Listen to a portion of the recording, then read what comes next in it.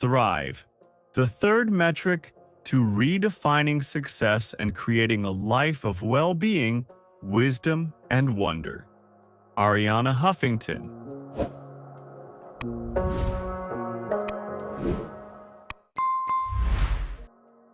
Wonder. Men go forth to wonder at the heights of mountains, the extent of the oceans, and the courses of the stars, and omit to wonder at themselves. St. Augustine. Blast off on a journey to inner space. On the morning after the launch of HuffPost Germany in October 2013, I was in a car on my way to the airport from the center of Munich. It was raining, which gave everything a beautiful, almost magical shimmer. All the buildings and trees seemed wrapped in wonder. Yet when I arrived at the airport, everyone I talked to was complaining about the rain. We were all experiencing the same weather, but with very different results. Wonder is not just a product of what we see, of how beautiful or mysterious or singular or incomprehensible something may be. It's just as much a product of our state of mind, our being, the perspective from which we are looking at the world. At a different time, in a different city, maybe even most times in most cities, I too might have been annoyed by the rain, but at this particular time, in this particular city, what came to my mind instead was a poem by Albert Hofstadter. I know his name sounds German, but he's from Texas. We forget we're mostly water die, till the rain falls and every atom in our body starts to go home. Countless things in our daily lives can awaken the almost constant state of wonder we knew as children. But sometimes to see them, we must look through a different set of eyes. The triggers are there, but are we present enough to experience them? When my girls were just a few years old, I remember one of those clear California evenings when the stars seemed close enough to touch. Christina and Isabella were cradled in the crook of each of my arms as we lay on the grass in the backyard, watching the universe go by. While Isabella was stretching out her little hands, trying to peel a star off the rind of heaven, Christina was, as usual, asking questions. "Mommy, what makes it go?" Her question was as old as time itself. When men began to wonder about the hidden causes of things, they were on their way to the discovery of science. Our proud scientific age is rooted in wonder. Men were first led to the study of philosophy, wrote Aristotle, as indeed they are today, by wonder. Physicist James Clerk Maxwell's first memory was lying on the grass looking at the sun and wondering. That sense of wonder is often stronger when it's provoked by things ordinary and unassuming. Our children's faces, rain, a flower, a seashell. As Walt Whitman said, after all, the great lesson is that no special natural sights, not Alps, Niagara, Yosemite, or anything else, is more grand or more beautiful than the ordinary sunrise and sunset, earth and sky, the common trees and grass. 10,000 flowers in spring, the moon in autumn, a cool breeze in summer, snow in winter. If your mind isn't clouded by unnecessary things, this is the best season of your life. Woo men. At the root of our secular age is the fatal error that has led us to regard organized religion and the spiritual truth that man embodies as one and the same thing. This has caused millions to deny the reality of the latter because they have rejected the former. The impulse to know ourselves, which, after all, is a key component of spiritual seeking, is as deeply imprinted within us as our instincts for survival, sex, and power. As Goethe wrote, "This life, gentlemen, is too short for our souls." The preoccupations of our daily life can never satisfy our deepest needs. Atheist that I am, philosophy professor Jesse Prince wrote, "It took some time for me to realize that I am a spiritual person." And a growing number of people who proclaim themselves atheists because they're uncomfortable with organized religion and its depictions of God, especially the image of the bearded figure in the sky, acknowledge experiencing awe and wonder in their lives. Experiences that stop them in their tracks, transport them to hidden worlds, and give them a glimpse of the fathomless mystery of life. Einstein defined wonder as a precondition for life. He wrote that whoever lacks the capacity to wonder, whoever remains unmoved, whoever cannot contemplate or know the deep shudder of the soul in enchantment, might just as well be dead, for he has already closed his eyes upon life. Throughout history, great scientists, whom Arthur Koestler described as peeping toms at the keyhole of eternity, have shared this sense of childlike wonder. I completely understand the sense of wonder that has led men and women through the ages to explore outer space, but I've personally always been much more fascinated with exploring inner space. There is, of course, a connection between the two. Astronauts have often reported transformational experiences when they looked back at Earth, a phenomenon that has been called the overview effect.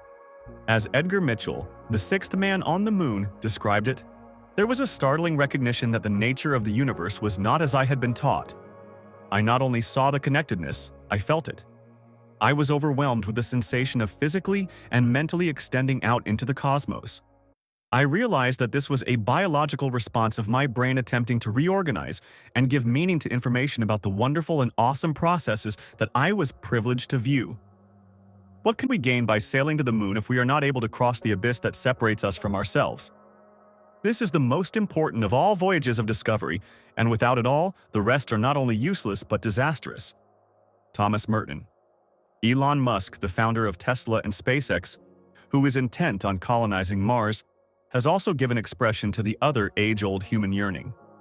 I came to the conclusion that we should aspire to increase the scope and scale of human consciousness in order to better understand what questions to ask. Really, the only thing that makes sense is to strive for greater collective enlightenment. But there is no collective enlightenment without personal enlightenment. And spiritual teachers, poets, and songwriters alike have, in so many ways, through so many centuries, told us that unconditional loving is both at the heart of the human mystery and the only bridge from our sacred inner world into the frenetic outer world. Or, as Kurt Vonnegut put it in his book, The Sirens of Titan, a purpose of human life, no matter who is controlling it, is to love whoever is around to be loved. And now we have the empirical data to back up what the songs and sacred texts have told us. As Professor George Violent, who oversaw the Harvard grant study, which followed the lives of 268 male Harvard undergraduates beginning in 1938, put it, the 75 years and $20 million expended on the grant study points, at least to me, to a straightforward 5-word conclusion. Happiness is love, full stop. It is the same conclusion reached without spending 75 years and $20 million by the English poet Ted Hughes. The only thing people regret is that they didn't live boldly enough, that they didn't invest enough heart, didn't love enough. Nothing else really counts at all. Nature and art are two of the most fertile grounds for experiencing wonder. Essayist and philosopher Alain de Botton describes art as an apothecary for the soul. Art, he writes, enjoys such financial and cultural prestige that it's easy to forget the confusion that persists about what it's really for. In describing Claude Monet's The Water Lily Pond, one of the most popular works at the National Gallery in London, he writes that some worry that the fondness for this kind of art is a delusion. Those who love pretty gardens are in danger of forgetting the actual conditions of life: war, disease, political error, immorality. But the real problem in our lives, he argues, is elsewhere. The real risk is that we will fall into depression and despair. The danger is that we will lose hope in the human project. It is this kind of despondency that art is uniquely well-suited to correct. Flowers in spring, blue skies, children running on the beach, these are the visual symbols of hope. Museums and galleries remain among the few oases that can deliver what has become increasingly rare in our world: the opportunity to disconnect from our hyper-connected lives and experience the feeling of wonder. Museums are where we go to commune with the permanent, the ineffable, and the unquantifiable. And it's an especially rare and thus precious experience in our technology-besieged lives. Maxwell Anderson, the CEO of the Indianapolis Museum of Art, describes a museum's mission as providing visitors with resonance and wonder, an intangible sense of elation, a feeling that a weight was lifted. Or, as my fellow countryman Aristotle put it, catharsis. Every era has to reinvent the project of spirituality for itself, wrote Susan Sontag in The Aesthetics of Silence. And museums offer a pathway for that reinvention. Sometimes, of course, reinvention means going back to something that's always been there. What makes it harder today is our obsession with photographing everything before we've even experienced it, taking pictures of pictures or of other people looking at pictures. Sherry Turkle, MIT professor and author of Alone Together, has written about the cost of constantly documenting, i.e., photographing, our lives. These interruptions, she writes, make it hard to settle into serious conversations with ourselves and with other people, because emotionally, we keep ourselves available to be taken away from everything. And by so obsessively documenting our experiences, we never truly have them. Turkle is optimistic, however, that the generation that has been hit the hardest by this will also be the one to rebel against it. She recounts the thoughts of a 14-year-old boy who told her, "Don't people know that sometimes you can just look out the window of a car and see the world go by and it is wonderful? You can think. People don't know that." My younger daughter, Isabella, came to the same realization when, as an art history major, she was given an assignment to spend 2 hours in a museum in front of a painting and write down her experience. She described the assignment as both exhilarating and unsettling. Unsettling because I realized I have never really seen a painting, and exhilarating because I was finally seeing one. She had chosen to look at J.M.W. Turner's The Fighting Temeraire in the National Gallery in London, and she describes the process of looking at the painting for 2 hours as parallel to going on a long run. As odd as it sounds, looking at a painting for 2 hours requires you to push yourself and go past the point of what is comfortable. But what was so interesting was when I was finished, I had what felt like a runner's high. I felt like I had just experienced something magical, like I had created a tie between the art piece and me. She'd had an experience that cannot be captured on Instagram or Twitter. After she had been looking at The Fighting Temeraire for about an hour, a security guard came up to her and asked what she was doing. I found this hilarious because what I was doing was looking at a painting. But we have gotten to the point where someone standing in front of a painting just looking at it for a long period of time is suspect. Fully giving our attention to anything or anyone is precisely what is becoming more and more rare in our hyper-connected world, where there are so many stimuli competing for our time and attention, and where multitasking is king. The museum experience provides us with mystery, wonder, surprise, self-forgetfulness, vital emotions most undermined by our always connected 24/7 digital culture, which makes it a lot easier to shy away from introspection and reflection. Increasingly, the world around us, or at least the one that's presented to us by the tools we choose to surround ourselves with, is designed, and very well at that, to take that element of surprise out of our path. The ever more sophisticated algorithms on the social media sites where we live our lives know what we like, so they just keep shoveling it to us. It's celebrated as personalization, but it often caters to a very shriveled part of who we really are. They know what we like, but they don't know what we don't know we like, or what we need. They don't know our possibilities, let alone how vast they are. In The Shallows, What the Internet is Doing to Our Brains, Nicholas Carr writes that there needs to be time for efficient data collection and time for inefficient contemplation, time to operate the machine and time to sit idly in the garden. There's not a lot of garden left in the world, and this is why museums need to guard against the danger of using social media in a way that reduces the essential art experience to more apps providing more data. Ultimately, this is as laughable as reducing the experience of going to church down to parishioners tweeting, "At church, pastor just mentioned loaves and fishes. Anyone have some sushi recs for later?" Or whipping out their iPads to quickly look up the fact that the Sermon on the Mount took place near the Sea of Galilee, which, following a link, I see is the lowest freshwater lake in the world. I should totally tweet that. Or even better, I can just imagine the tweet if social media had been around 2,000 years ago. Hey, I might have just tweeted it myself. Just checked in at Gethsemane. Cool garden. Anyone want to meet up? Of course, social media have a role to play in museums as in life. They can provide access to a much wider audience, let potential visitors know what's going on, and extend the museum visit by allowing users to continue the aesthetic experience after leaving the museum and share it with their friends and community. It's when we move social media from the background to the foreground that we undermine the artistic experience. Museums all across the world are making good use of new media technologies. The Los Angeles County Museum of Art has Unframed, a blog that showcases the voices of museum curators and visitors alike. It also launched a first-of-its-kind digital reading room, offering important out-of-print publications. The Museum of Modern Art in New York, MoMA, started an online course for teachers titled Museum Teaching Strategies for Your Classroom. enrolling more than 17,000 participants. The Indianapolis Museum of Art created artbabble.org, an online community that showcases art-based video content. The Walker Art Center in Minneapolis has a website featuring the Walker Channel, which presents live streams of museum events.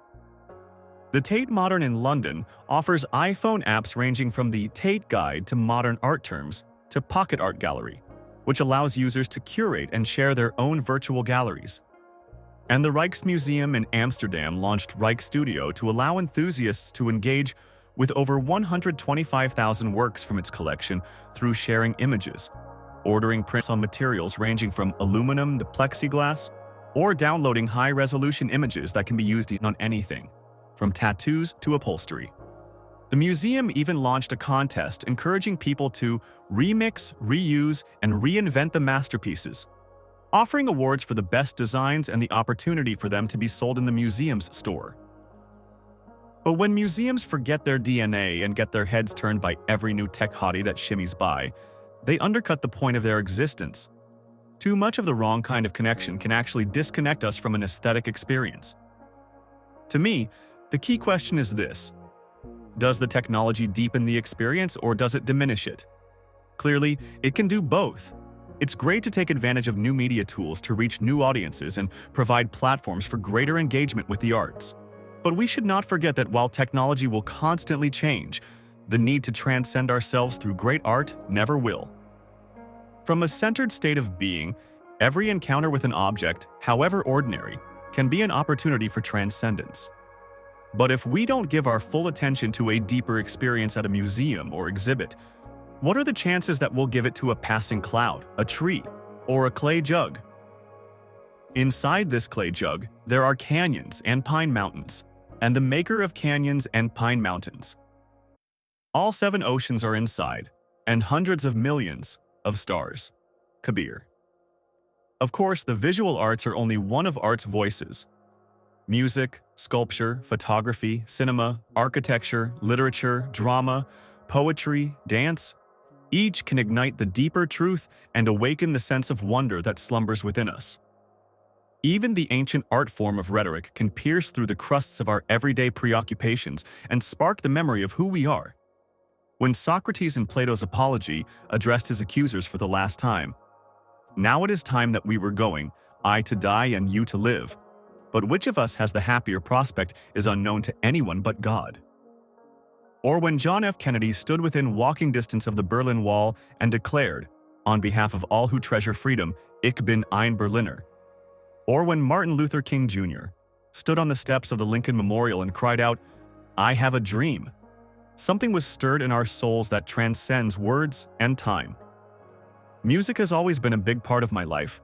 In my 20s, living in London, I became a classical music reviewer for Cosmopolitan so I could get free records to review. Yes, vinyl records. I know I'm dating myself. I would play them for hours.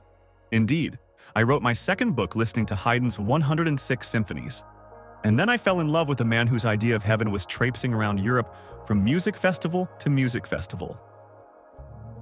So having spent countless hours in darkened auditoriums, often with my eyes closed, meditating, I have found myself transported by music no matter what the quality of the performance.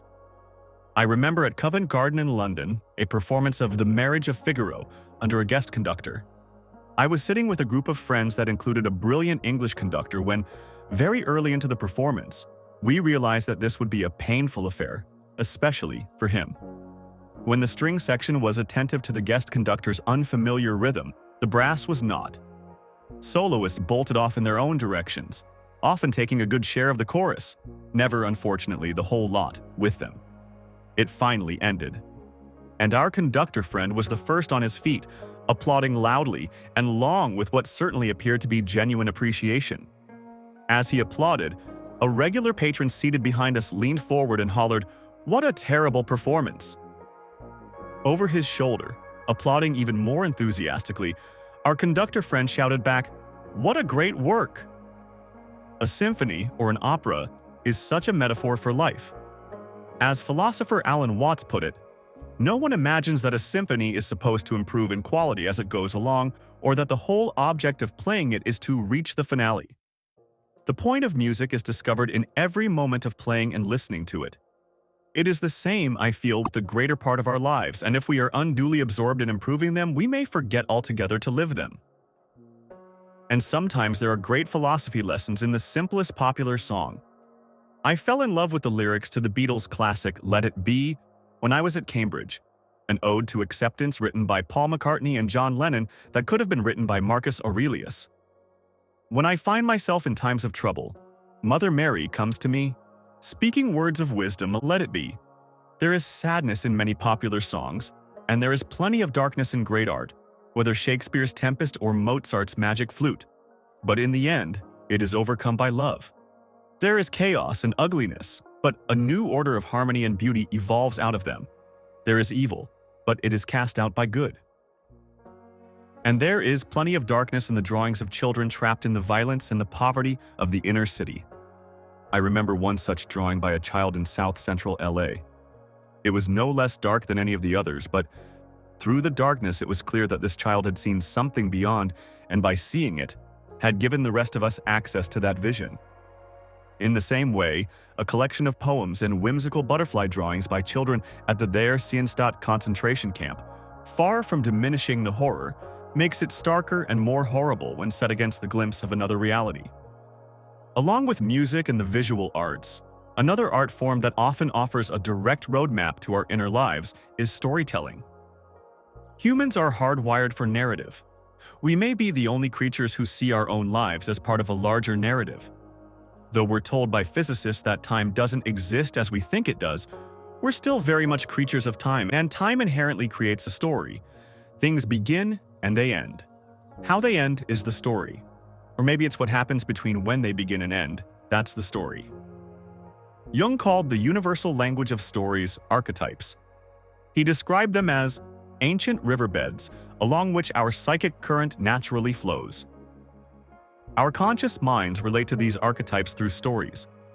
Far from simply serving as entertainment or diversion, stories are a universal language about the purpose of life itself. And that purpose is self-actualization, integrating the third metric into our lives.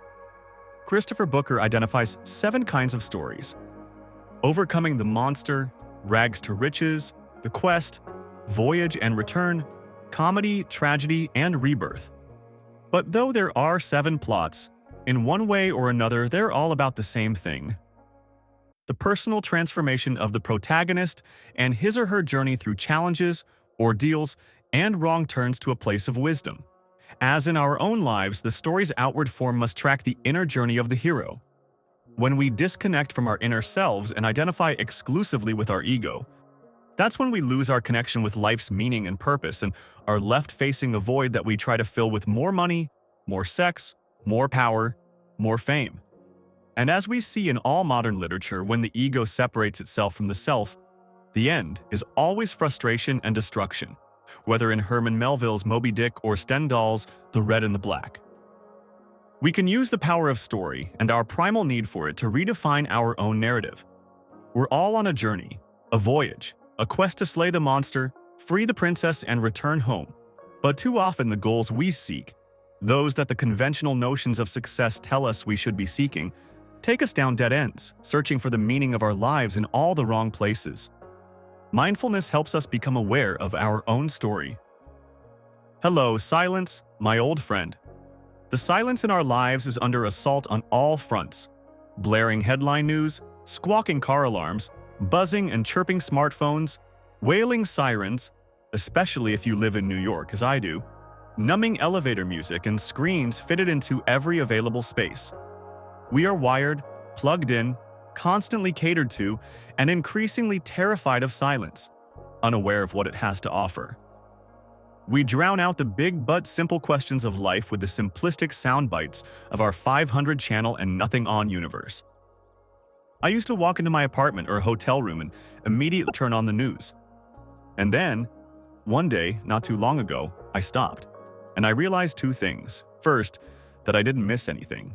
Not even anything helpful in running a 24/7 media operation, except hearing the same regurgitated talking points being repeated again and again by different people. But the second and more important thing is that I allowed some silence into my day. in which I could hear that still, small voice that we rarely give our time and attention to. I lost nothing, but I gained a lot.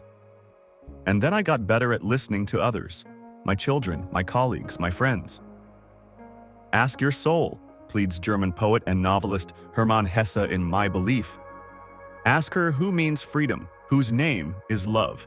Do not inquire of your intellect. Do not search backwards through world history. Your soul will not blame you for having cared too little about politics, for having exerted yourself too little, hated your enemies too little, or too little fortified your frontiers. But she will perhaps blame you for so often having feared and fled from her demands, for never having had time to give her, your youngest and fairest child, no time to play with her, no time to listen to her song, for often having sold her for money, betrayed her for advancement. You will be neurotic and a foe to life, so says your soul, if you neglect me, and you will be destroyed if you do not turn to me with a wholly new love and concern. What is success? It is being able to go to bed each night with your soul at peace. Paulo Coelho.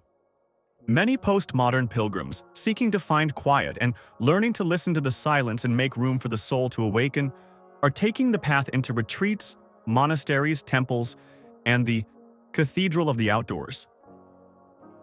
Holidays were traditionally intended as a time to recharge ourselves spiritually as well as physically, to make ourselves slow down, tap into our inborn but suppressed ability to wonder, and to make us recognize the breadth and the bounty in our lives. I remember one such holiday when my daughters were little, in a small village on the island of Rhodes. That same week, coincidentally, Time magazine had run a cover story about the healing power of faith. The people in the village where we stayed would have giggled at the thought of needing scientific experiments with control groups to prove the power of silence, of contemplation, of prayer, and of God. Women would come from all over Greece to climb the nearby mountain to the little Sambika monastery, where they prayed to the Virgin Mary, for a child, for healing, for a job. The villagers were full of stories of her miracles. The naturalness with which everyone there spoke of miracles was, in itself, a cause for wonder, flushing away the dross of our everyday lives.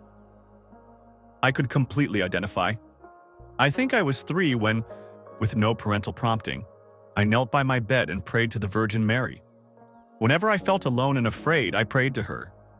When schoolyard squabbles broke out, when my sister got sick, when my father moved away and didn't come home one night, I prayed to her.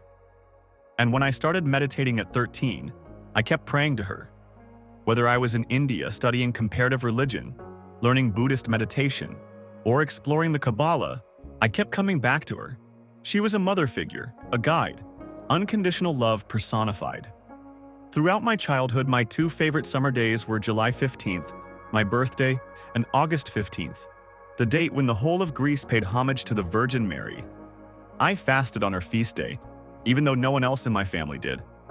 And even if I didn't go to church any other day of the year, I went on her Assumption Day and sat quietly among the widows in black kerchiefs and younger women smelling of summer wool and candle smoke, heads bent in prayer, communing. One day when we were on Rhodes, we went to the nearby Thari Monastery, a vine-covered 10th century monastery that its abbot, Father Amphilochios, had brought back to life. Steeped in Orthodox theology, the abbot, who is now head of the Greek Orthodox Archdiocese of New Zealand, exuded a mischievous joy that clearly did not come from his divinity degrees. Monks and children alike called him Geronda, which means old man. The identification of old age in Greece with wisdom and closeness to God is a startling contrast with the way we often treat aging today, like a disease, to be quarantined and forgotten. Geronda was not even that old. He was probably in his late 50s then. Old man was a title bestowed on him because of the love and respect he inspired. His eyes sparkled, but his enthusiasm was tempered by humility. Thank God, he said of what he'd accomplished. God willing, he would say of what he had yet to do. His spirituality was filled with a reverence for nature. There are other countries as beautiful as our homeland, he told me on a morning walk in the hills. But there is no country with the perfumes of Greece. Every few steps he stopped to pick up a sprig of thyme or rosemary, a twig from a pine tree, or any number of wildflowers which he, unlike me, was on a first-name basis with. Being with the monks on Rhodes was food for the soul, Listening to Father Christodoulos, another monk at Thari, speak about his faith strengthened my own. Born in Denver, of Greek parents, he had moved to Los Angeles to try to leverage his talent at impersonation into a Hollywood career. Instead, he waited tables at the old spaghetti factory and whiled away his time at celebrity parties, where cocaine was passed around like Greek olives. Finally, through a series of coincidences, known around the monastery as the miracles God performs anonymously, he entered the monastery in Thari. His days started at 4 in the morning with matins and the divine liturgy. He worked with those in need in the community, and in his time alone, he painted icons, exquisite Byzantine images into which he poured all his devotion. He gave a small icon to my children, and in return, Isabella, then 5 years old, drew a picture of him, long and thin with a beard down to his waist, artistic license, and a smile from ear to ear. She offered it to him at the beach sitting on his lap, she in her pink bikini, he in his gray monk's habit. He asked if she had slept well the previous night. "No, I had a night mirror," little Miss Malaprop replied. "A big mosquito in tennis shoes running all over me." That was the kind of week that puts the holy back in holidays. But for far too many of us, vacations often serve only to amplify our stress and busyness and desire to do and accomplish, with our smartphones keeping us fully connected to the world we've ostensibly left behind. We all know the feeling of coming back from a vacation more drained than when we set off. In fact, according to a study by Fierce Inc., which provides leadership development and training, 58% of workers feel absolutely no reduction in stress from their vacations, and 28% return even more stressed than they were before they left. No matter where you go, there you are. Buckaroo Banzai. For me, whether I'm on a visit to a monastery in Greece or an elaborately planned staycation, that involves disengaging from all my devices, going on long hikes or walks, yoga classes and unhurried meditations, sleeping in with no alarms, and reading actual books you can underline that have nothing to do with work. The essential element is to regain that sense of wonder. It means disconnecting from the outside world and setting out, for however short a time, on an inner journey. Without such spiritual renewal, we may be left with only negative experiences to draw from. And as Dr. Rick Hansen, a neuropsychologist at the University of California, Berkeley, and author of the book Hardwiring Happiness, writes, "The brain is very good at building brain structure from negative experiences. But our brains are relatively poor at doing the same thing with positive experiences. To fight this, he explains, we need to install the positive experiences, taking the extra 10-20 seconds to heighten the installation into neural structure. In other words, we need to take the time to wonder at the world around us, feel gratitude for the good in our lives, and overcome our natural bias toward focusing on the negative. And in order for it to become part of us, we need to slow down and let wonder do its job at its own pace." Coincidences. Life's secret. Door to wonder. One pathway to awakening. Wonder in our lives is the serendipity of coincidence. In fact, if we're open to it, it's not just a pathway but a fast track. Coincidences, however prosaic, elicit our curiosity about the nature of the universe and all that we don't yet know or understand. There is something about coincidences that delights us. There are thousands upon thousands of examples to choose from, yet not so many that they lose their strange power over us. And that's the point. The combination of improbability, timing, and felicity has a kind of magic power. To the philosopher Arthur Schopenhauer, coincidences were the wonderful pre-established harmony of the universe. To Carl Jung, they were acts of creation in time. To author and journalist Arthur Koestler, they were puns of destiny. So here are a couple of puns of destiny. A woman named Mrs. Willard Lowell locks herself out of her house in Berkeley, California. While she is trying to figure out what to do, the mailman arrives. Included in the mail for her is a letter from her brother, who had visited recently and accidentally left with the spare key. Inside the letter is the key. And then there is the man doing surveys at a mall in which he has to ask people for their phone numbers. One man being questioned makes up a number and gives it to him. "No, sir, I'm sorry, that's not your phone number," the surveyor replies. "Well, why isn't that my phone number?" the man asks.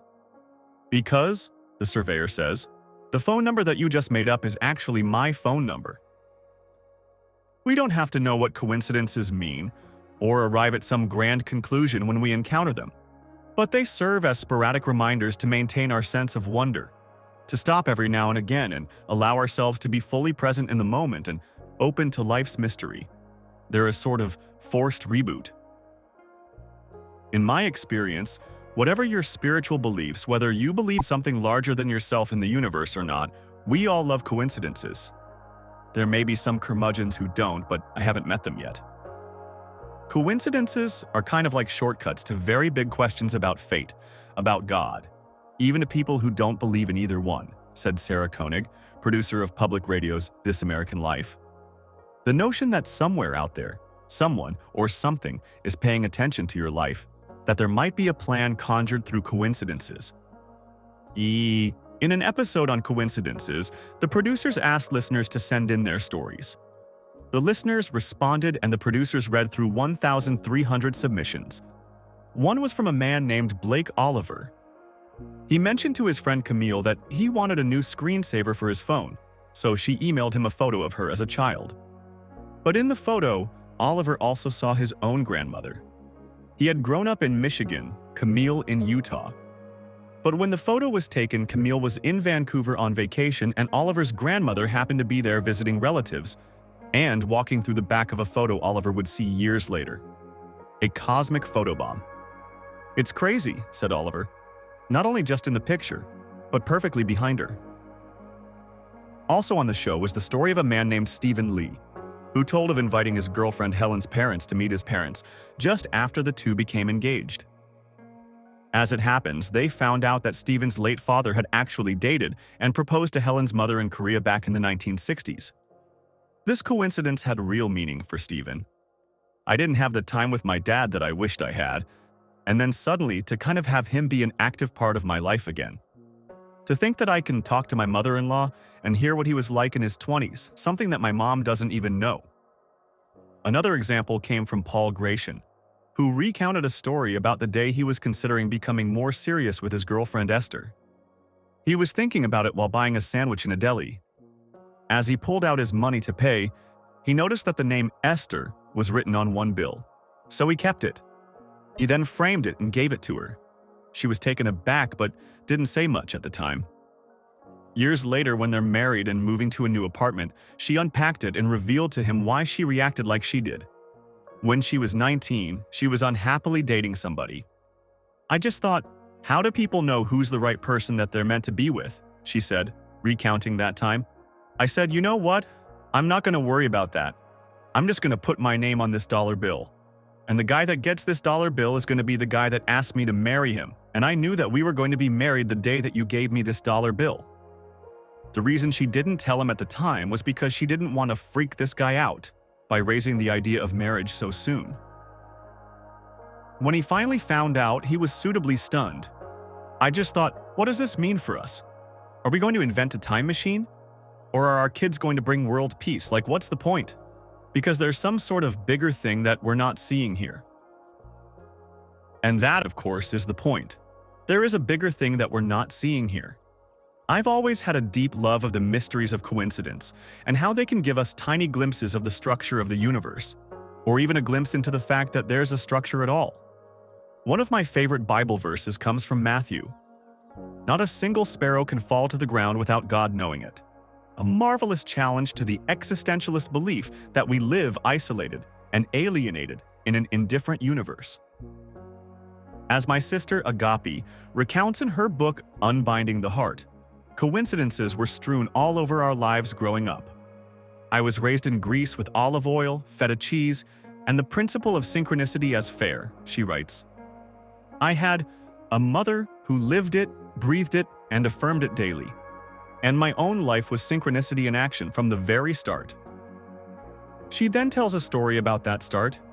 5 months after I arrived, our mother became pregnant again. But my parents' marriage was not a happy one. They later ended up divorcing. So they decided not to keep the baby. But on the morning of the doctor's appointment, writes Agape, my father had something else on his mind, another kind of transcendence. Their intimate moment in bed that morning made my mother miss her appointment, and she never made another one. She ended up having the baby, me. Synchronicity working in my favor. And in mine, since it gave me a sister who has always been my closest friend. And since then, synchronicity has never stopped popping into my life. Years later, when I was in my last year at Cambridge, a British publisher who had published Germaine Greer's The Female Eunuch happened to see me on TV debating. He sent me a letter wondering if I'd be interested in writing a book. My plans at the time were to go on to grad school at the Kennedy School of Government, so I sent him a letter politely declining. He wrote back and said, "What about just having lunch?" So I thought, why not?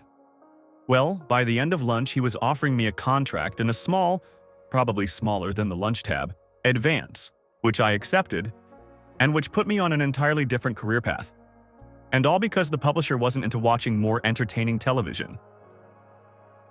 There are also plenty of uncanny historical coincidences, including Thomas Jefferson and John Adams dying on the same day in 1826, which also happened to be not only July 4th, but also the 50th anniversary of the signing of the Declaration of Independence. John Adams's son, John Quincy Adams, who was then the president, wrote in his diary that the coincidence was a visible and palpable sign of divine favor. A fellow co-signer of the Declaration, Samuel Smith, said in his eulogy of the pair that the coincidence was due to all-seeing providence, as a mark of approbation of their well-spent lives. In her examination of possible explanations for the coincidence, Margaret Batten, professor of philosophy at the University of Utah, writes, "What we say about Adams and Jefferson, in the absence of compelling historical evidence, may in the end reflect what we want to say about ourselves.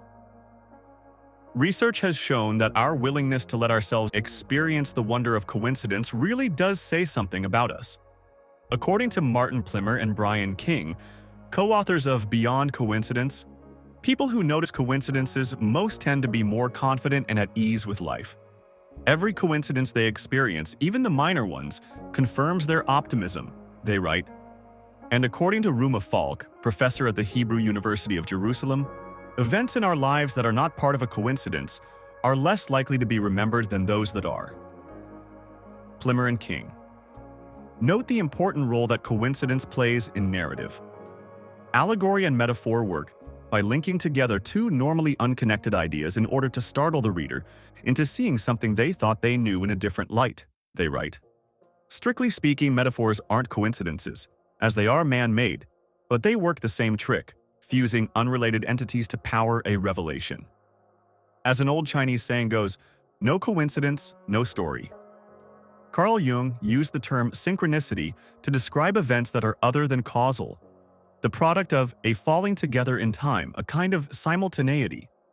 Jung grew interested in synchronicity by hearing stories of his patients that he could not explain as chance groupings, and which were connected so meaningfully that their chance concurrence would represent a degree of improbability that would have to be expressed by an astronomical figure. To Jung, synchronicity wasn't just about a chance event, but about the interplay between the chance event and a person's psychological state at the time. Synchronicity, he wrote, therefore means the simultaneous occurrence of a certain psychic state with one or more external events which appear as meaningful parallels to the momentary subjective state, and in certain cases, vice versa. He concluded that we must regard them as creative acts, as the continuous creation of a pattern that exists from all eternity, repeats itself sporadically, and is not derivable from any known antecedents. The concept of simultaneity is especially interesting. By making us rethink the linear nature of time, it actually nudges us closer to how physicists describe time, with past, present, and future laid out together. So coincidences can be thought of as those moments when the invisible threads connecting and binding that timescape become momentarily visible. One of those threads popped loose as I was working on this very section on coincidences. On my way to the airport for my return flight to New York after Christmas, I gave this part of the book one final read before it went to press. Later, while going through security, TSA officer Jay Judson told me he had a Greek wife and we made small talk about how good her spanakopita was. And then he suddenly said to me, "Do you have a moment for me to tell you a story?" And he began to tell me a coincidence tale. My wife's cousin Mark works at a Greek deli opposite St. Sophia's Church, he said. He was born on the Greek island of Zakynthos and was 6 months old when the terrible earthquake of 1953 hit. During the earthquake, he was separated from his family, put in foster care, and then sent to live with a couple in the United States who ended up adopting him. More than 50 years later, he was setting up tables in the deli with a part-time waiter who had just started. It turned out that the waiter was his cousin, who immediately put Mark in touch with his brother in Zakynthos. "You know, you have a big fat Greek family here that's dying to meet you," his brother told him. "Every time I tell this story, I get goosebumps." And he pulled up his sleeve to show me the goosebumps on his arm. Here was this big burly man, visibly moved by a coincidence that hadn't even happened to him, but to his wife's cousin. Right in the midst of my finishing this section on coincidences, cue the Twilight Zone theme song. You're us. That's perhaps why in Beyond Coincidence, the examples used by a majority of respondents when asked about religious or spiritual moments in their lives were about coincidences. But if coincidences are a sign that there is meaning and design in the universe, there are consequences for how we live our lives. Because if there is meaning in the universe, there is meaning in our daily lives and the choices we make. And so we can choose to live in ways that help us live fuller, more complete lives, aligned with what matters. A life that isn't defined by our salaries and resumes. A life that encompasses all that we are and can become. Of course, statisticians can, without much difficulty, explain away coincidence as nothing more than, as Yale scientist Pradeep Mutalik put it, an interaction of mathematics and human psychology. "May your coming week," he wrote, "be blessed with many interesting coincidences, and may you not assign cosmic significance to them." To which I say, assign all the significance you want, and use the significance as an entry point for living a third metric life. What's the downside, as long as you don't assign a dogma to them? If X happens, it must mean I, and you therefore have to do Z. The upside, however, is obvious. Maintaining a childlike sense of awe and curiosity is part of the fun and intense mystery of being alive. Coincidences connect us across time, to one another, to ourselves, and to an invisible order in the universe. We can't choose where or when they grace us with their presence, but we can choose to be open to their power. Memento mori. In mythology, death is always described in terms of transformation and renewal. No matter how good and fulfilling a life we have, no matter how successful we are at filling our lives with well-being, wisdom, wonder, and giving, at some point our life is going to end. And no matter what we believe happens after we die, whether our souls live on, whether we go to heaven or hell, whether we're reincarnated or folded back into the energy of the universe or simply cease to exist altogether, our physical existence and our lives as we know them will end. Whether death is final or simply a transition to something else, it's definitely a stopping point. It might not be the end of the story, but it's definitely the end of a chapter. And as the Onion headline summed it up, world death rate, holding steady at 100%. In today's highly polarized times, in which so much media ink or pixels is spent highlighting how divided and disconnected we are, death is the one absolutely universal thing we all have in common. It's the ultimate equalizer. And yet we talk so little about it. At a soulless airport waiting area, we can bond with someone we've never met before over the meager, shared experience of a 10-minute flight delay. And we can develop an entire relationship based on our common devotion to Mad Men, yet it seldom occurs to us to bond over the massive dying elephant in the room, our shared mortality. Phew, certainly in the West, we mostly sweep it under the rug. And the closer death comes, the deeper we bury it, desperately putting machines and tubes and alarms and railings between us and the person stepping over to the other side of the mortality line. The medical machinery has the effect of making the person, the patient, seem less human, and therefore his or her fate less relevant to us, the lucky and alive. It allows us to not think about it, to put it off endlessly like something on our to-do lists we never quite get to, like changing our wireless calling plans or thinning out the contents of our closets. Rationally, we know we'll get to it, or run smack into it, eventually, but we figure we don't need to deal with it until we really have to.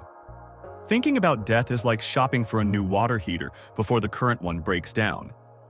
Why do it now? How would it change things? What good would it do us? A lot, actually. In fact, there may be no single thing that can teach us more about life than death. If we want to redefine what it means to live a successful life, we need to integrate into our daily lives the certainty of our death. Without dead, there is no alive. Death is the sine qua non of life. As soon as we're born, we're also dying. The fact that our time is limited is what makes it so precious. We can spend our lives feverishly accumulating money and power as some sort of irrational subconscious hedge against the inevitable. But that money and power will be no more permanent than we are. Yes, you can pass on an inheritance to your children, but you can also pass down the shared experience of a fully lived life, rich in wisdom and wonder. To truly redefine success, we need to redefine our relationship with death. I vividly recall all the preparations I went through during my pregnancies. The Lamaze classes, the breathing exercises, the endless reading on the subject.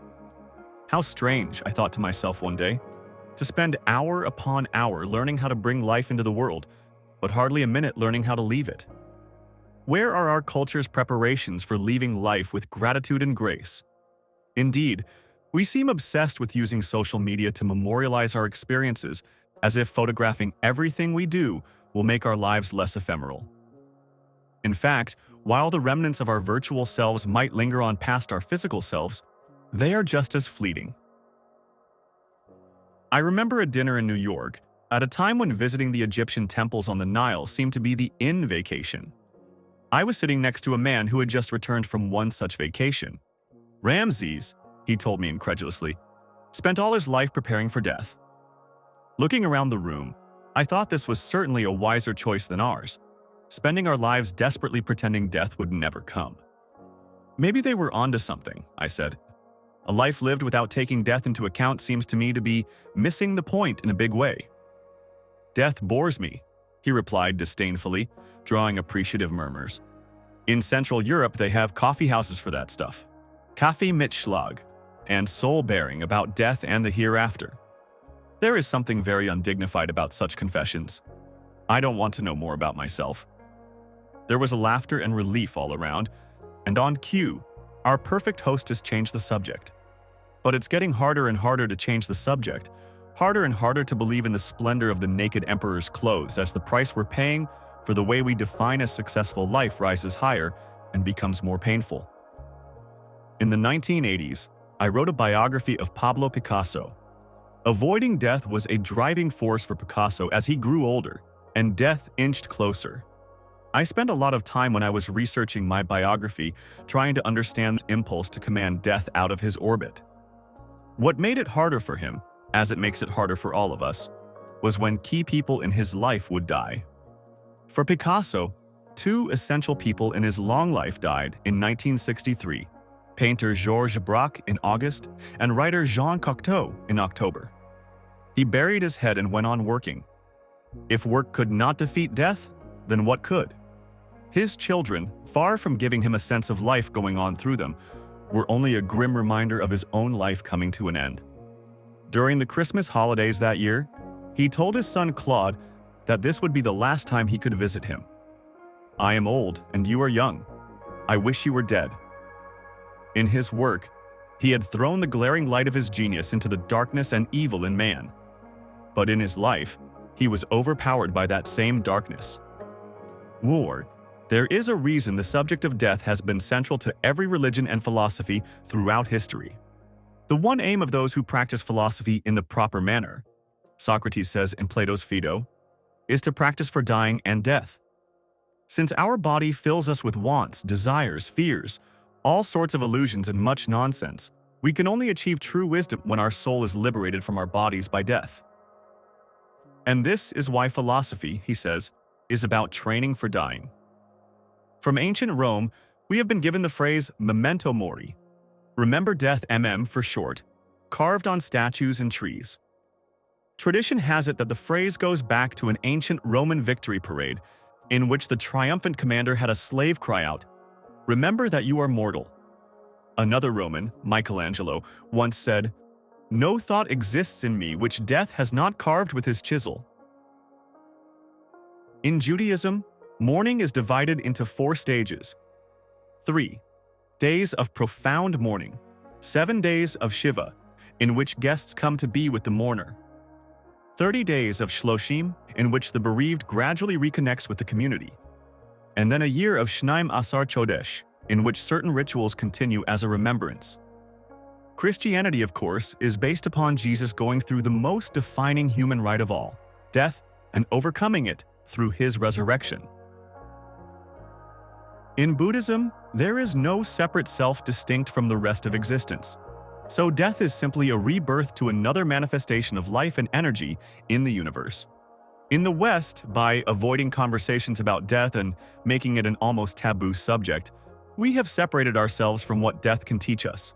As Dr. Ira Byock wrote in Dying Well, the prospect for growth at the end of life, our society reserves its highest accolades for youth, vigor, and self-control, and accords them dignity, while their absence is thought to be undignified.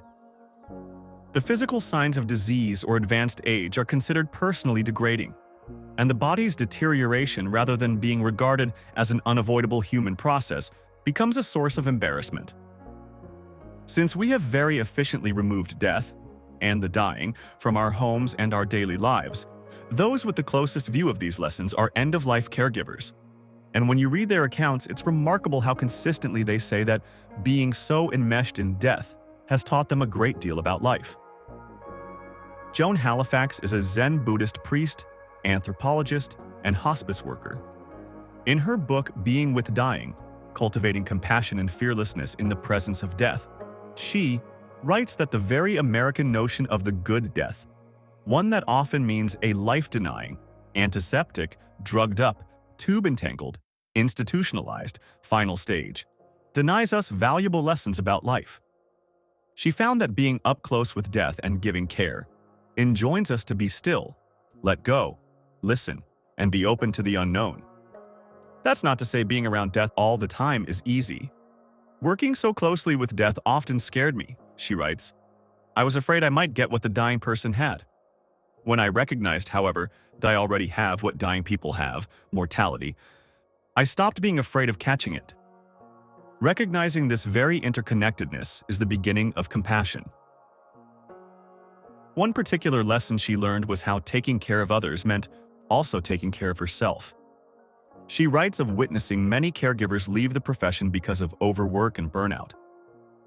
Keeping your personal life together is not an optional indulgence, but an absolute necessity when it comes to being of use to others in the world, she writes.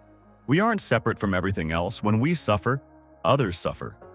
Our well-being is the well-being of others. So make time to connect with your heart, for as the Zen saying goes, if you take care of your mind, you take care of the world.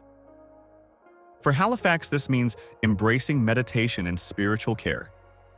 She describes it as integral to our realizing the developmental task of transcendence that is possible at death. Where she had once seen death as an enemy, she learned to see death as a teacher and guide.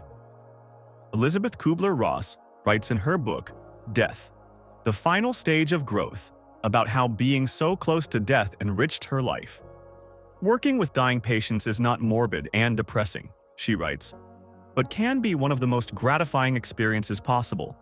And I feel now that I have lived life more fully in the last few years than some people do in a whole lifetime.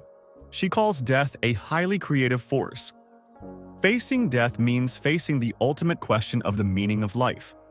If we really want to live, we must have the courage to recognize that life is ultimately very short, and that everything we do counts. Kubler-Ross is, of course, most famous for her 5 stages of grief: denial, anger, bargaining, depression, and acceptance, the last of which, she writes, is not a happy stage, but neither is it unhappy. It's not a resignation. It's really a victory. Even if we stubbornly refuse to allow death to influence our lives will definitely influence our death. Stan Goldberg, author of Lessons for the Living, Stories of Forgiveness, Gratitude, and Courage at the End of Life, writes that the ideas and emotions people carry with them through life often determine the quality of their death. In other words, a good death is more likely if you have had a good life.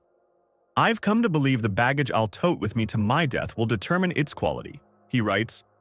I've learned the importance of doing simple things, telling my family and friends I love them, expressing gratitude for even the smallest kindnesses shown to me, being accepting of the unskillful words and actions of others, and asking for forgiveness when I screw up.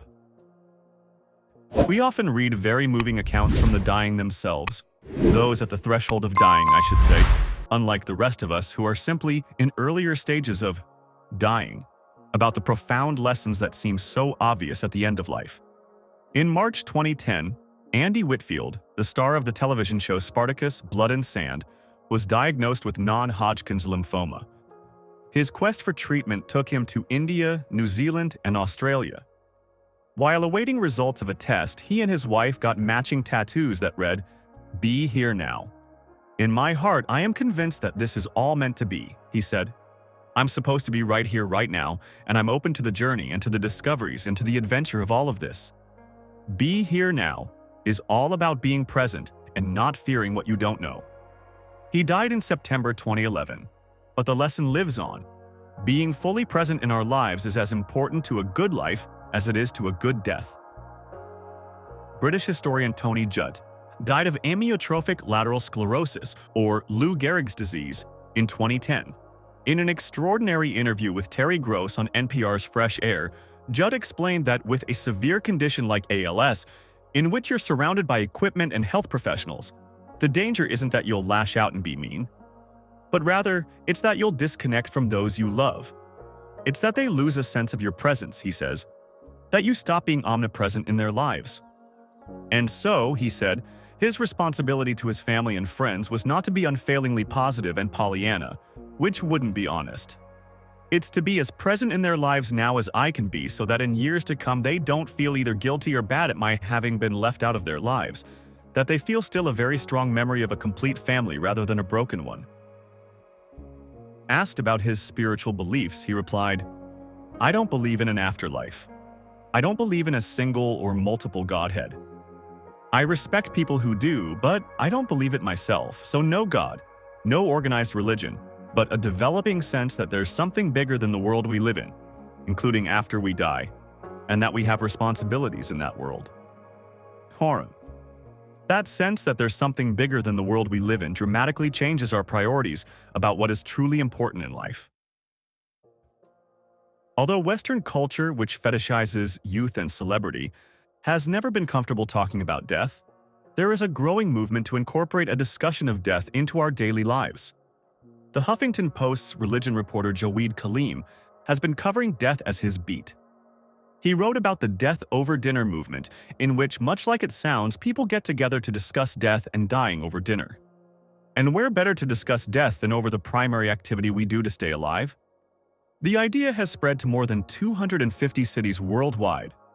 People talk about death in the doctor's office, awkward family gatherings, lawyers' offices, all of these awful places that are not designed for a conversation that requires a great deal of humanity and often humor reverence, says Seattle artist Michael Hebb. But historically, it's over food where ideas have come alive. The death over dinner movement comes on the heels of the Death Cafe movement, which began in Switzerland in 2004. Like death over dinner, the Death Cafe is about informal gatherings to discuss ideas about death. There's a growing recognition that the way we've outsourced death to the medical profession and to funeral directors hasn't done us any favors, says John Underwood, who hosts a death cafe in London. As Pulitzer Prize-winning journalist Ellen Goodman, whose encore career was founding the Conversation Project to get people talking about death, put it, "People are not dying the way they choose. 70% of people say they want to die at home, but 70% are dying in hospitals and institutions." Goodman went from covering social change to making social change, spurred into action by the pain of not knowing her mother's wishes during her illness and death.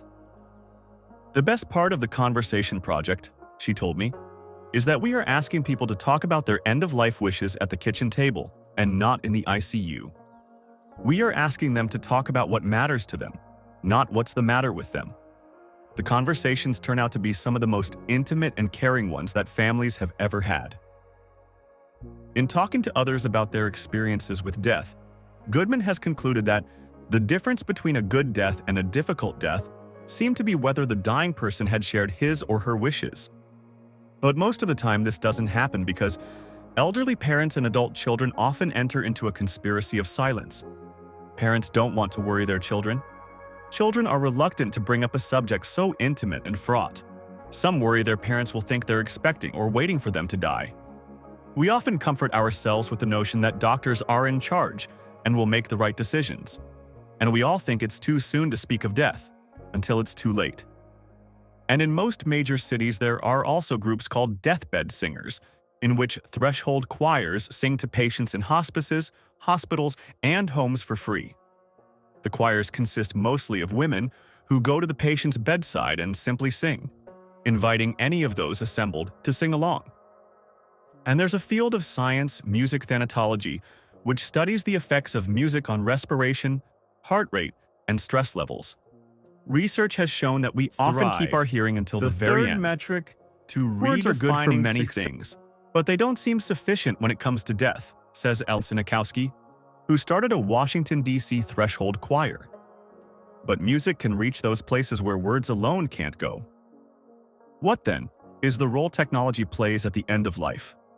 Much of the discussion about the intersection of technology and death has been about how it has enabled us to stave off death and, increasingly, about the cost-benefit calculations of extreme and costly measures that add little quality or even quantity to our lives.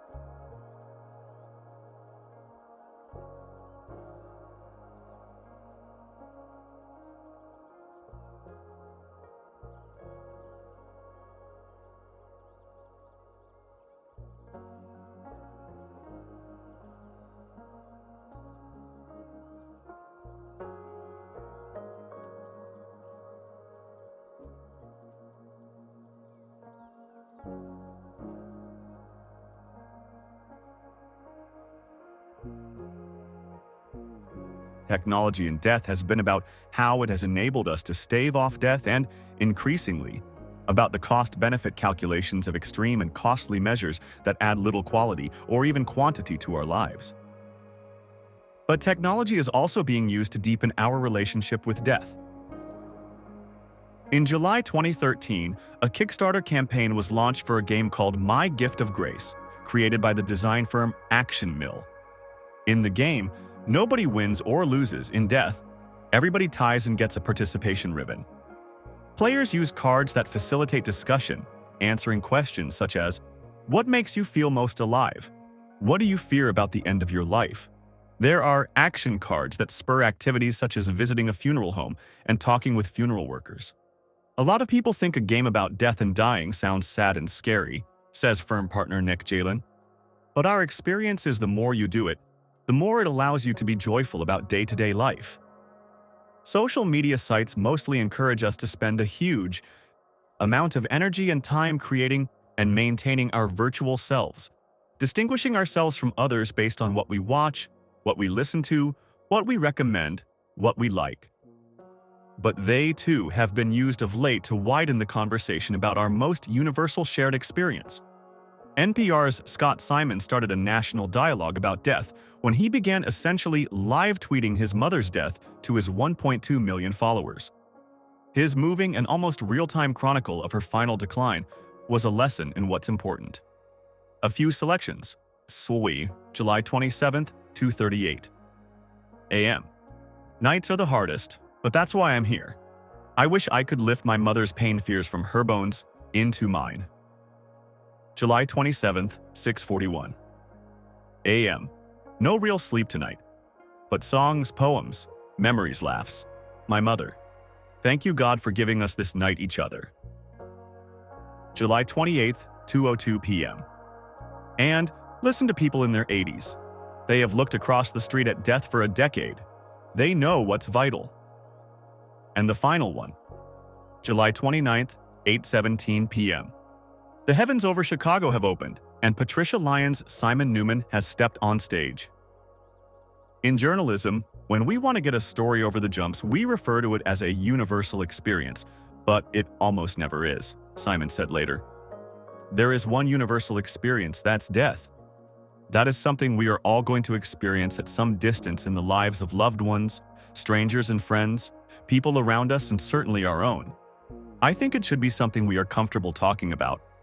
Insofar as we can talk about it comfortably, we can reset the clocks in our own lives. And you don't have to wait until, to borrow from John Donne, the bell tolls for thee to reset your clock. Allowing the reality of death into our everyday reality can keep us from veering off course.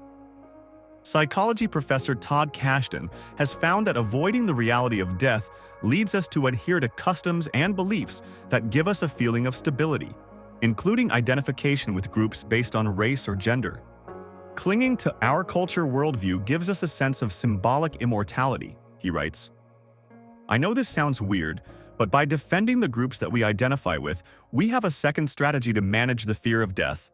These groups feel more permanent than we feel, but this strategy is disastrous for society, leading to ostracism, racism, and other ways in which we demonize outsiders to glorify our own group and identify with it. Professor Kashdan goes on to cite research that shows that when reminded about death, people tend to give responses that are more racist toward groups other than their own. So Kashdan and his colleagues wondered about what could possibly mitigate or check these responses. Specifically, they wanted to find out if the practice of mindfulness could alter the phenomenon. Or, as Kashdan put it, if mindful people are more willing to explore whatever happens in the present, even if it's uncomfortable, will they show less defensiveness when their sense of self is threatened by a confrontation with their own mortality? The answer was a resounding yes. After being reminded about their own death and then asked to describe the decomposition of their bodies, as reminders of death go, a pretty good one, more mindful participants showed less hostility toward groups with different beliefs than their own. The mindful group also wrote for a longer amount of time and used more words related to death, suggesting that a greater openness to processing the threat of death allows compassion and fairness to reign. Kashdan concludes, mindfulness alters the power that death holds over us. Pretty cool. What the experiment also showed is that it's not enough for us to bump up against death now and again. To be able to incorporate the clock-setting, course-correcting, empathy-building, perspective-giving power of death into our lives, we need to be in shape for it, much the way those who are in shape can experience profound pleasure from running a marathon. For those not in shape, the experience will likely be a painful struggle. Our relationship with death is just that, a relationship. The dynamic flows both ways. Death can bring something to our lives, and in turn, how we live our lives can bring something to our death. On October 27, 2013, musician Lou Reed died at his home in Southampton, New York. By his side was his partner of 21 years, Laurie Anderson. She described their final moments together. Having been out of the hospital for only a few days, Reed insisted on being taken outside into the morning sun. As meditators, she wrote, we had prepared for this, how to move the energy up from the belly and into the heart and out through the head. I have never seen an expression as full of wonder as Lou's as he died. His hands were doing the water-flowing 21 form of Tai Chi. His eyes were wide open. I was holding in my arms the person I loved the most in the world and talking to him as he died. His heart stopped. He wasn't afraid. I had gotten to walk with him to the end of the world. Life, so beautiful, painful, and dazzling, does not get better than that. Death? I believe that the purpose of death is the release of love. It's a powerful, moving example of how a mindful life can fuse with a mindful death. We had prepared for this. And of course, the release of love isn't just the purpose of death, but also the purpose of life. Yet, for too many of us, the purpose of life is the avoidance of death. By 1,000 distractions, by endless busyness, by relentless narcissism, by obsessive overwork. For some, there will come a time when the specter of death brings clarity to what life is all about.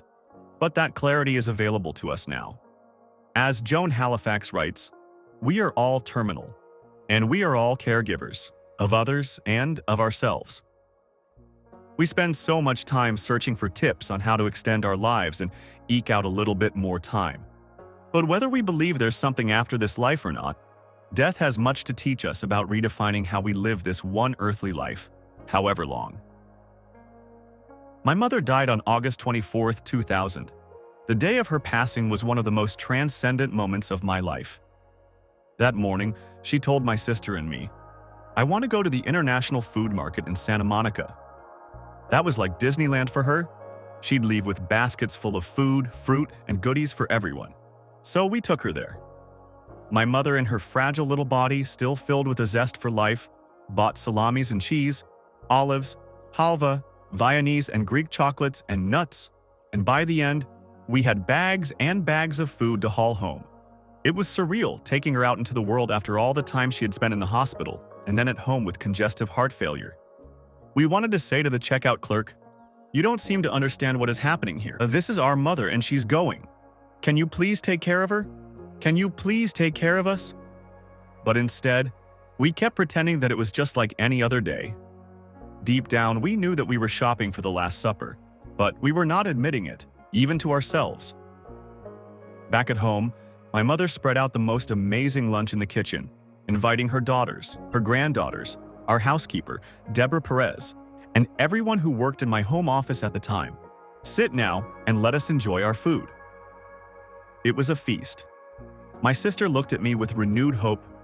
Look at her appetite for food and love and sharing. This is not a woman who is going to die. Early that evening, she was sitting at a little table in her bedroom, shelling shrimp and eating them. "Sit and eat some shrimp," she said. She had her hair in little pigtails and she was playing beautiful Greek music. She was like a happy child. It was as if her spirit was calling her back and she was ready. There was no struggle. There was simply grace. Christina and Isabella. Then 11 and 9 kept going in and out of the room on razor scooters we had just gotten for them. My mother standing, looking at them, pouring all her love into them. And then she fell. I tried to help her get back in her bed, but she said no. This was a woman who, however weakened, still had the authority of the 22-year-old who during the German occupation of Greece fled to the mountains as part of the Greek Red Cross, taking care of wounded soldiers and hiding Jewish girls. This was a woman who, when German soldiers arrived at their cabin and threatened to kill everyone if they didn't surrender the Jews they were hiding, told them categorically to put down their guns, that there were no Jews in their midst. And they did. So I obeyed. She asked me instead to bring her lavender oil to put on her feet. And then she looked me in the eye, and in a strong, authoritative voice that I had not heard for months, she said, "Do not call the paramedics, I'm fine." Agapi and I felt completely torn. So instead of calling an ambulance, we called the nurse who had taken care of my mother at home. And we all sat on the floor with her granddaughters still going in and out of her room on their scooters making happy noises, completely oblivious to what was happening, because that's how my mother wanted it to be. The nurse kept taking her pulse, but her pulse was fine. My mother asked me to open a bottle of red wine and pour a glass for everyone.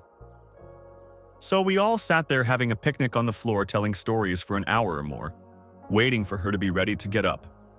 There she was on the floor with a beautiful turquoise sarong wrapped around her, making sure we were all having a good time. It sounds surreal now, and it was surreal then. I had the sense that something larger was moving all of us, keeping us from taking any action, so that my mother would have the chance to pass the way she wanted to pass. Then suddenly her head fell forward, and she was gone. Later, I found out my mother had confided to Deborah that she knew that her time had come. She asked her not to tell us, and Deborah, who had known and loved my mother for 13 years, understood why, and honored her wishes. My mother knew that we would insist on getting her to the hospital, and she didn't want to die in the hospital. She wanted to be at home with her daughters and her precious granddaughters while around her, in the warmth of those she loved and who loved her. She didn't want to miss the moment. We scattered my mother's ashes in the sea with rose petals, as she had asked, and we gave her the most beautiful memorial, with music, friends, poetry, gardenias, and of course, food. Lots of food. A memorial that truly honored her life and her spirit. Everyone felt her presence there, hosting, presiding, shining her light on us. In our garden, we planted a lemon tree in her honor that has been producing juicy lemons ever since. And we installed a bench, engraved with one of her favorite sayings that embodied the philosophy of her life. Don't miss the moment. I keep coming back to this lesson again and again. And however many times I backtrack, I return to the basics. I remember reading how Mikhail Baryshnikov, an absolute master at his art, was always at the bar with the rest of the corps, every morning, even on performance days and on days after a performance, doing the basics. There are 3 basics, 3 simple practices that help me live more in the moment, the only place from which we can experience wonder. 1. Focus on the rising and falling of your breath for 10 seconds whenever you feel tense, rushed, or distracted. This allows you to become fully present in your life. 2. Pick an image that ignites the joy in you. It can be of your child, a pet, the ocean, a painting you love, something that inspires a sense of wonder. And anytime you feel contracted, go to it to help you expand.